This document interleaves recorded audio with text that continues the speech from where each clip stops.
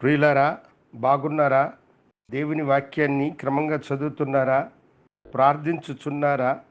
నేటి వాగ్దానపూరితమైన మాట ఫిలిప్పీలకు రాసినటువంటి పత్రిక 4వ అధ్యాయము 19వ వచనం. దేవుడు తన ఐశ్వర్యము చొప్పున క్రీస్తు యేసునందు మహిమలో మీ ప్రతి అవసరమును తీర్చును. భక్తుడైన పౌలు ఈ గొప్ప వాగ్దానమును మనకు అనుగ్రహిస్తూ ఉన్నారు.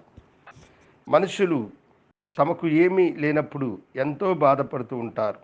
అయ్యో, పోయిన మాసం ఎట్లాగో ఒక విధముగా గడిచిపోయినది, అయితే ఈ మాసము నేనేమి చేయాలి?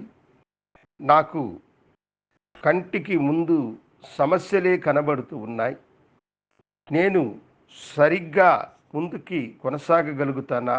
లేదా నా అవసరాలను ఎవరు తీరుస్తారు అని మనము వేదన చెందుతూ ఉంటాం. ఏమి చెయ్యాలో తెలియక మనుషులు తడబడుచూ ఉంటారు. అలాంటి వారిని చూసి ప్రభు చెబుతున్నటువంటి మాటే ఏమంటున్నాడంటే, దేవుడు తన ఐశ్వర్యము చొప్పున క్రీస్తు యేసునందు మహిమలో మీ ప్రతి అవసరాన్ని ఆయన తీర్చునంట. మీకేది అవసరమో మీ ప్రతి అవసరాన్ని తీర్చేటువంటి గనుడైనటువంటి దేవుడు ఆయన. మనుషులకు అవసరమైనటువంటివి ఆయనకు బాగా తెలుసు. మన అవసరాలేమిటో ఆయనకు తెలుసు. మనము దేని కొరకై పరితపిస్తున్నామో, ఏది మన జీవితానికి కావాలా అని అనుకుంటూ ఉన్నామో, ఏది మీకు అత్యవసరమో దేవుడు వాటిని తీర్చడానికి ఎంతో ఆసక్తి కలిగినటువంటి వాడై ఉంటూ ఉన్నాడు.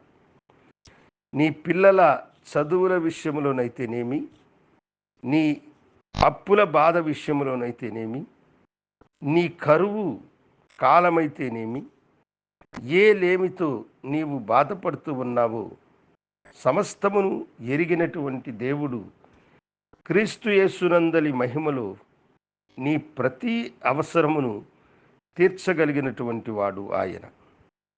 ఆయనకు అసాధ్యమైనటువంటిది ఏది కూడా లేదు. ఆయన నీ అవసరాన్ని గుర్తెరిగి నీ పిల్లల విషయంలో ఆయన తన కనికరపు హస్తమును చాపి ఆయన మిమ్మలను దీవించేటువంటి వాడు. ఆయనకు అసాధ్యమైనది ఏది కూడా లేదు. దేవుని బిడ్డలారా, మీ అక్కరలను, మీ అవసరాలను ఎరిగినటువంటి దేవుడు ఆయన. అప్పుల బాధతో బాధపడుతున్న స్త్రీ దైవజనుని దగ్గరకు వచ్చి, అప్పులవాడు తనను వేధించి తన పిల్లలను బానిసలుగా తీసుకుని పోవడానికి సిద్ధముగా ఉన్నాడని చెప్పినప్పుడు ఆ నూనెను ఆశీర్వదించి ఆమె యొక్క అప్పంతా తీరిపోవునట్లుగా చేసి ఆ దుష్టుని చేతిలో నుండి దేవుడు ఆమెను, ఆమె పిల్లలను రక్షించినటువంటి వాడు. మీ పిల్లలు చదువుకోవడానికి కావలసినటువంటి ప్రతి ఆర్థిక మేలును దేవుడు తప్పక అనుగ్రహించగలిగినటువంటి వాడు ఆయన. కరువు కాలములో కాకుల చేత ఆహారము పంపిన దేవుడు నీ అవసరము కొరకై, నీ అవసరమును తీర్చడానికి కొరకై ఆయన అనేకులను మీ వద్దకు పంపి మీ అవసరాలను తీర్చగలిగినటువంటి దేవుడు ఆయన. ఆయనకు అసాధ్యమైనది ఏది కూడా లేదు. ప్రభువా, నా అవసరాలను గుర్తెరిగి నా బిడ్డల జీవితానికి కావలసినటువంటి మేలును నీవు అనుగ్రహించమని ప్రభు సన్నిధిలో మీరు అడిగినట్లయితే ప్రభువు మీకు కావలసిన మేళ్ళన్నిటినీ అనుగ్రహించి ఆయన మిమ్మలను ఆశీర్వదించేటువంటి వాడు. కరోనా కాలంలో ఒక ఆటో డ్రైవరు తన వృత్తి సాగక ఎంతో పేదతనముతో దేవుని వైపు చూసి, దేవా, ఈ కరువు కాలంలో నేనెలా జీవించగలుగుతాను?